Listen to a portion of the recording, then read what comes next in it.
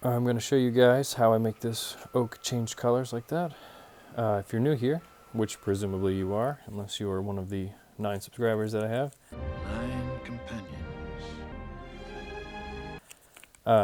Welcome to the channel. I'm trying to make enough stuff and sell it on my Etsy page until I pay for my lathe. So to start off with, we're going to be ebonizing the oak, but the ebonizing solution I have, basically it reacts with the tannins in the wood. And depending on the wood you have, some wood is darker than others or has more tannin content, so it'll react and make a darker stain. But if you want to get it really dark, you can just make a little wash with this. This is just, these are tannins you can buy at like a homebrew store that people will put in their wine. You just mix it up with some water. You'll have to mess with the ratios because I was just kind of guessing there. But I want this to be really dark, so I'm making a nice little layer on the outside. Oak already has a lot of tannin, so it usually gets pretty dark to start with, but if you want it almost black, then you have to kind of add a little bit extra. So, like I said, do a quick coat of that, then I sand it off because it pops a grain, added a second coat. This is ebonizing solution. It is vinegar and steel wool that you let sit for a day or so, and makes iron acetate, I think it's called. And that is what causes the reaction. It makes a nice dark color.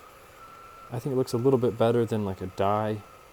I mean, obviously when you get this dark, it's not that much different, but if you're just doing like a single layer, you still get some of the brown tones coming underneath, and you can get a really nice look that I like more than just like a dye.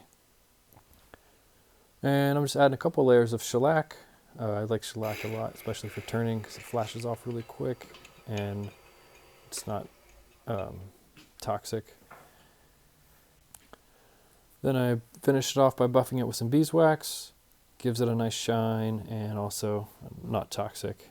And it feels real smooth in the hand.